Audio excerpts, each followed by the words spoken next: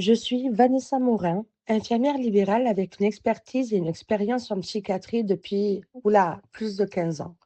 Et je vous accompagne aujourd'hui pour faire le point sur les enjeux et les conséquences avec ces témoignages de terrain. Professionnels de santé libéraux, curieux et attentifs aux autres, ce rendez-vous est pour vous, car la santé mentale, c'est aussi vital. Dans le 10e arrondissement de Marseille, les professionnels observent une augmentation constante des situations de souffrance psychique liées à la précarité. Selon les dernières données du DAC 13 Sud, plus de 40% des personnes accompagnées cumulent précarité, isolement social et troubles psychiques. On estime que plus de 1200 personnes sont actuellement suivies en secteur psychiatrique public sur le 10e arrondissement de Marseille, qui est principalement, selon la loi de territoire, hospitalisé à l'hôpital Sainte-Marguerite. Nous allons avoir plusieurs interviews par la suite. La première interview est en fait pour un travailleur social. Nous allons voir un témoignage sur une situation d'accompagnement complexe, l'importance de la coordination et les conseils aux professionnels libéraux, ne pas attendre que la personne demande de l'aide, mais pouvoir orienter dès le premier signe. Aujourd'hui, je vais vous faire la présentation d'un outil qui est pour moi un outil indispensable à connaître. Cet outil est non seulement efficace pour l'amélioration de la prise en charge d'un patient, mais il peut être aussi utilisé à des fins personnelles. Cet outil s'appelle le questionnaire ASSIST, Alcohol Smoking and Substance Involved Streaming Test, élaboré par l'OMS. C'est le questionnaire ASSIST, ASSIST. Outil simple et rapide, de 8 à 10 questions, permettant aux professionnels de repérer un usage nocif de substances, alcool, tabac, cannabis, benzodiazépines, etc. Il peut être utilisé en médecine générale, en pharmacie ou à l'entretien infirmier. Dans ce troisième témoignage, j'espère que nous allons pouvoir mettre en lumière certaines de mes interrogations. Par exemple, l'accompagnement de personnes migrantes ou exilées en situation de vulnérabilité psychique, souvent syndrome post-traumatique, est-elle très compliquée? Y a-t-il aussi également, je me pose la question, des freins à l'accès aux soins psychiatriques, la barrière de la langue, une différente culture, l'insécurité administrative, l'absence de médecins traitants? Est-ce que l'importance des partenariats avec les infirmiers, les médecins généralistes du 10e, le DAC ou les associations locales joue un rôle dans la prise en charge des patients? Tout ça, nous allons le voir grâce à l'interview. Lucille Gauthier, bonjour, merci d'avoir accepté View dans le cadre de notre série audio La santé mentale, c'est aussi vital, donc à destination des pro-libéraux du 10e arrondissement de Marseille. Bonjour Céline, merci de m'avoir fait cette proposition et de participer à cet entretien. Je suis directrice du pôle addiction d'un pôle addiction sur Marseille. Je dirige 5 établissements, XAPA, Carude, dont un établissement qui est ouvert 24 heures sur 24 pour accueillir des personnes avec des problématiques addictives, des toxicomanes, comme on disait avant. Oui, donc la précarité, je pense qu'elle fait partie de votre quotidien et c'est en ce sens que votre retour terrain en tant qu'experte santé mentale précarité est important. Notre première question, c'est au sein des structures donc, que vous dirigez, quelles problématiques psychiques vous rencontrez le plus souvent qui peut mettre en péril vos accompagnements? Les problématiques psychiques que l'on rencontre. Alors, j'expliquais, j'ai plusieurs établissements avec des publics qui peuvent être différents, puisque ça va de mineurs à majeurs, avec des personnes SDF, des personnes qui peuvent être accompagnées dans le cadre de logement. Mais au niveau des troubles psychiques et psychiatriques, ils sont multiples, il y en a beaucoup. Ce que je peux dire par rapport à la précarité, c'est que la précarité est un facteur aggravant par rapport aux troubles psychiques et psychiatriques. Après, c'est un peu basique ce que je présente, mais en aucun cas ça n'améliore quoi que ce soit au niveau de la santé, quelle qu'elle soit, d'être à la rue ou de vivre dans des conditions précaires. Après, sur les troubles, il n'y en a pas un, mais une multitude. Ils s'expriment aussi différemment en fonction des personnes. Ils peuvent aussi s'exprimer différemment en fonction des... Alors là, je parle plus pour mon public, mais des produits consommés. La difficulté que l'on a par rapport à notre public, c'est qu'on nous renvoie systématiquement qu'ils n'ont pas de problème... Je vais vraiment rester sur la psychiatrie, là. Ils n'ont pas de problème psychiatrique parce qu'ils ont des conduites addictives. Alors qu'en fait, l'un n'empêche pas l'autre, l'un génère l'autre. Enfin, c'est des vases communicants. Mais souvent, c'est en tout cas un moyen de refuser les personnes que l'on accompagne sous prétexte que ce n'est pas la problématique première. En fait, il n'y a pas un profil, il n'y a pas un parcours, il y a des profils et des parcours. Je pense que s'il y a un message que je veux passer, c'est vraiment celui-ci. C'est ça qui est à entendre. Donc, pour comprendre en fait ce qui se passe pour la personne, il faut qu'elle nous le dise. On ne peut pas prédéterminer à sa place de qu'est-ce qui a amené à ce que ce parcours soit celui-ci. Par contre, ce qui est certain, c'est que sur la question des consommations, en tout cas, parce que c'est vraiment mon sujet, que ce soit pour des personnes en précarité ou pas, se focaliser que sur la consommation, c'est passer à côté du problème. Donc, c'est souvent plutôt une réponse à un problème, donc soit un problème social, soit un problème psychique, soit les deux. La consommation peut aussi être, enfin la précarité peut aussi être le résultat de consommation. Il n'y a pas un ordre préétabli, mais en tout cas, une chose est sûre, c'est que la consommation est là pour répondre à un problème du soin pour eux. Est-ce que vous pouvez nous partager un exemple concret d'une situation, celle qui vous a le plus marqué, on va dire, ces derniers mois ou ces dernières années, qui pourrait étayer ce que vous venez de nous dire par rapport à cette problématique d'addiction et d'accompagnement ? Comment vous l'avez orienté, quels moyens vous avez dû mettre en place, quelles ont été les facilités, les difficultés ? J'en ai plein des problématiques. Alors moi je suis plus sur le terrain, donc c'est plutôt des problématiques rapportées. J'en ai beaucoup quand j'étais éduque, aujourd'hui c'est différent, mais je pense à une situation de quelqu'un qui est en appartement thérapeutique, qui normalement ils sont censés être là pour 1 an, ça faisait 5 ans qu'il était là. On a fait des demandes partout. Avec une situation sanitaire qui s'est aggravée et où finalement on a eu aucun soutien même de la part des structures qui sont censées être adaptées pour ces situations-là. Par rapport à la situation sanitaire, parce que nous on est sur du thérapeutique et du thérapeutique par rapport à la question des consommations, mais pas sur somatique.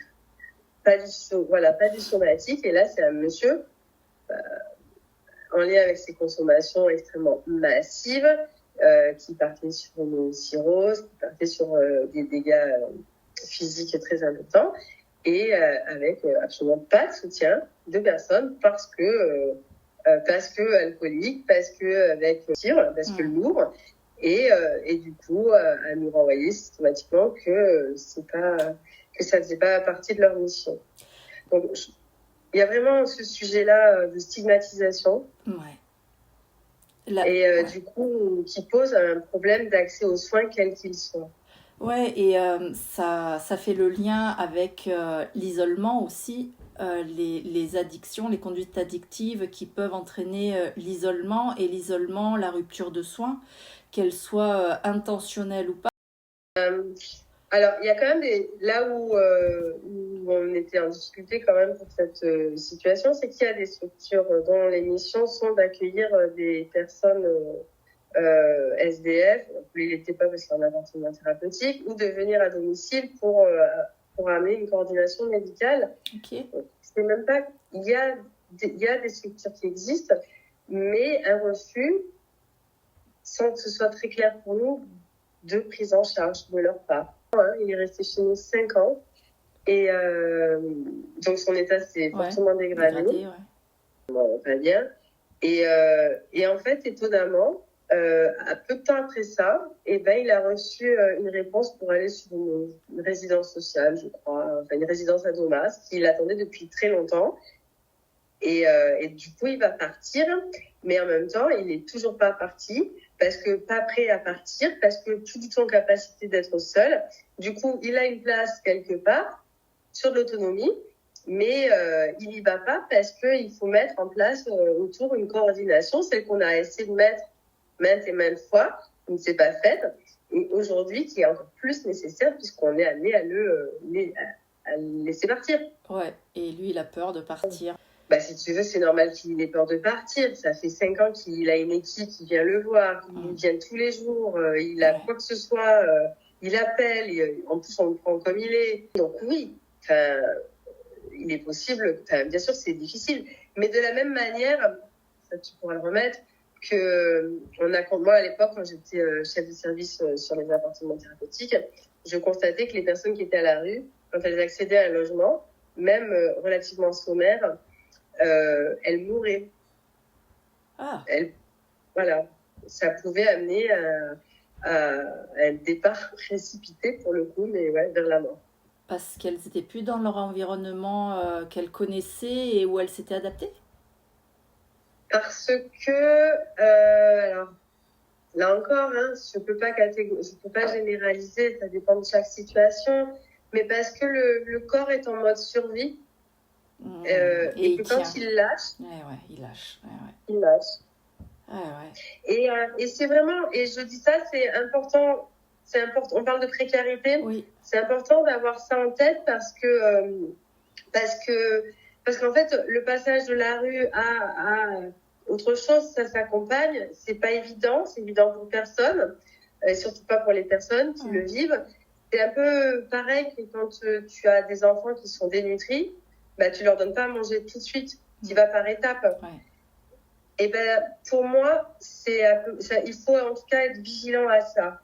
Quand on sort des personnes de la rue, il faut avoir tout ça en tête. Pour certaines, ça sera très bien, et pour d'autres, ça peut être dangereux. Comme quelqu'un à qui on demande d'arrêter de boire, il faut savoir que c'est le seul produit où s'il y a un arrêt alors qu'il n'était pas souhaité, la personne en meurt.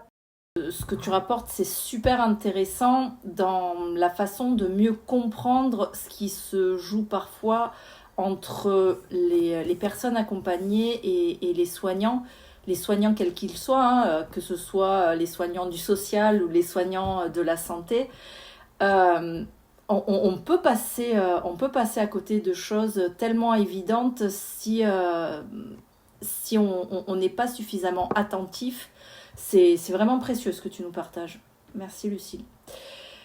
La troisième question, tu y as en partie répondu par rapport aux difficultés sur le territoire. Du coup, est-ce qu'il y a des arrondissements où il y a moins de files actives, où tu arrives mieux avec tes équipes à accompagner? Et si oui, pourquoi? Quelles sont les solutions qui marchent pour arriver à mieux accompagner les gens là où ça se passe bien? Alors, nous, on n'est pas sectorisé. Par contre, on travaille avec le secteur puisque, pour le coup, tout le reste, tout ce qui concerne la PHM ou même les MDS, que ce soit les hôpitaux, le droit commun, le social, le médico-social, le reste, c'est souvent sectorisé. Donc, ce que je peux constater, c'est qu'il y a des secteurs où ça fonctionne mieux que d'autres. Les orientations peuvent se faire plus facilement. Mais là encore, c'est assez mathématique. Ce que je vais dire, c'est que plus c'est embolisé, plus ça sera compliqué. Plus il y a de demandes, plus les orientations seront difficiles. Moins il y a de place, plus il y a de demandes, plus c'est compliqué. Et c'est ce qu'on voit d'ailleurs sur nos établissements, c'est que on a de plus en plus de demandes, on n'a pas forcément plus de place. Donc, même nous, on est de moins en moins accessible, alors qu'on devrait être vraiment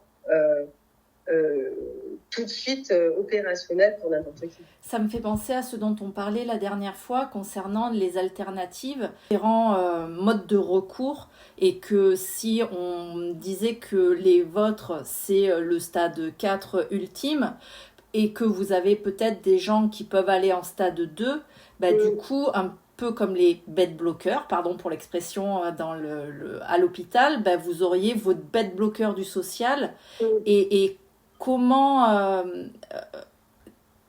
réfléchir à reventiler dans d'autres dispositifs ou en ville auprès des libéraux ou je sais pas quel autre dispositif pourrait faire le lien avec ces types de prise en soin. Alors, on parle que de la dicto. On va parler que de la dicto, comme ça on cible.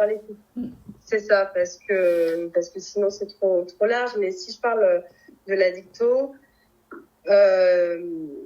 en fait, des personnes qui consomment, il y en a plein. Voilà. On a tendance à, quand on parle de l'addictologie, à voir, déjà c'est très connoté toxicomanie. Enfin, toxicomanie, on pense au tox. On pense aux héroïnes d'avant, on pense au crack aujourd'hui, on pense à tous ces produits illicites. Mais il faut savoir que aujourd'hui, on meurt principalement des consommations de produits licites, alcool, tabac. Voilà. Donc, c'est quand même les orientations premières au niveau du soin en addicto. Et que ça concerne une grosse partie de la population.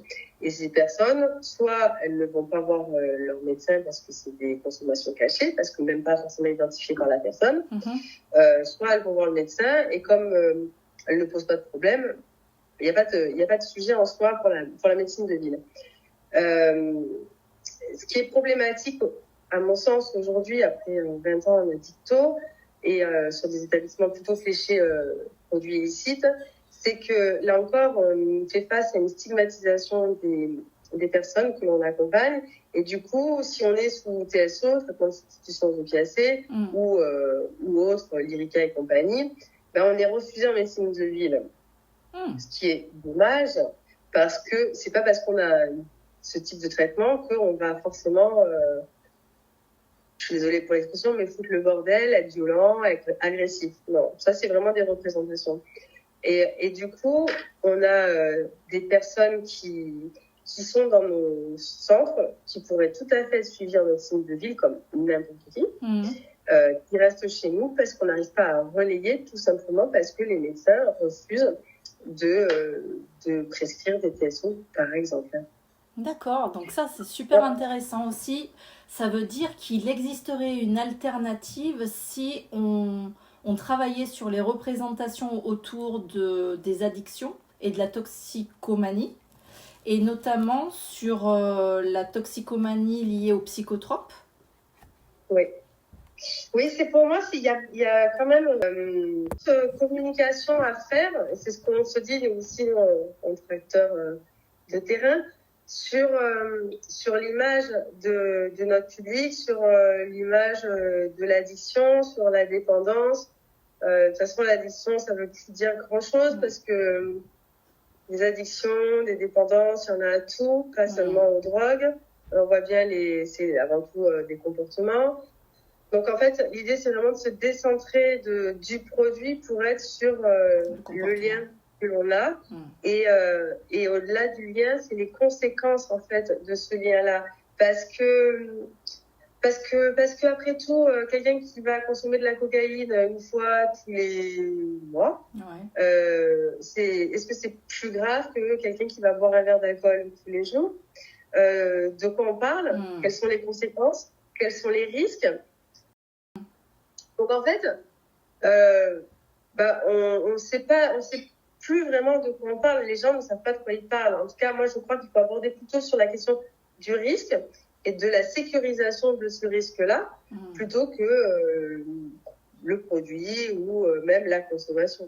Surtout sur l'isolement, si on prend la question de l'isolement, et notamment pour les femmes, ça c'est important, mais pas que. Étant donné qu'il y a des représentations autour des consommations, ça donne des consommations cachées, pas parlées, donc de fait encore plus destructrices pour la personne. Les personnes sont amenées à s'enfermer chez elles, hein, parce que quand on a besoin de consommer régulièrement, on ne fait pas aux yeux de tout le monde.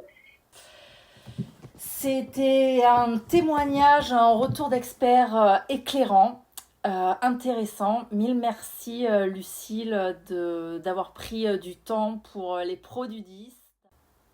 Merci beaucoup Céline et merci de m'avoir donné l'occasion de m'exprimer sur ce sujet. Cet épisode se termine à présent.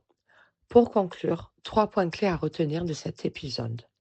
Le premier et pas des moindres, la précarité isole. Ça rend invisible, ça empêche souvent l'accès aux soins. Pourtant, le simple fait d'observer, d'écouter et d'orienter peut faire basculer une trajectoire de vie. J'entends souvent mes collègues infirmiers qui n'ont pas fait de psychiatrie dire « Ah, mais toi, tu sais repérer tout ça parce que tu as été formé en psy. » Mais je vous assure de mon expérience qu'il n'y a pas besoin d'être formé en psychiatrie pour pouvoir repérer la précarité. Il suffit juste d'écouter, d'observer, d'être dans la bienveillance. Tout ça, tout le monde est capable de le faire. Je vous assure, hein, il ne faut pas être formé qu'en psychiatrie. Il n'y a pas que les infirmiers psychiatriques qui repèrent en fait la précarité. C'est pas possible. Tout le monde sait le faire. Ensuite, le repérage précoce. Ça, c'est à la portée de tous les professionnels de santé.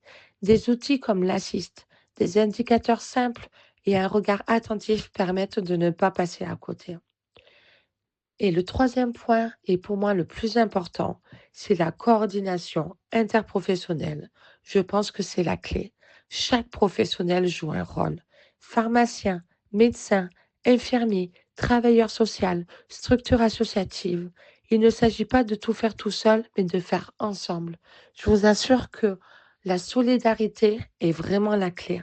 Et quand on ne sait pas, il est très facile de demander à un collègue ou à un autre professionnel de santé ce qu'il en pense. Avoir plusieurs avis aussi, pour moi, c'est très important.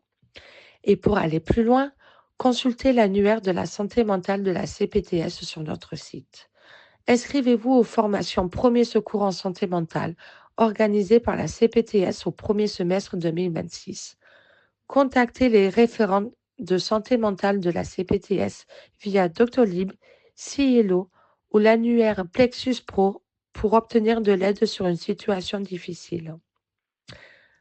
Voilà, Céline vous donne rendez-vous mardi pour le dernier épisode de la série.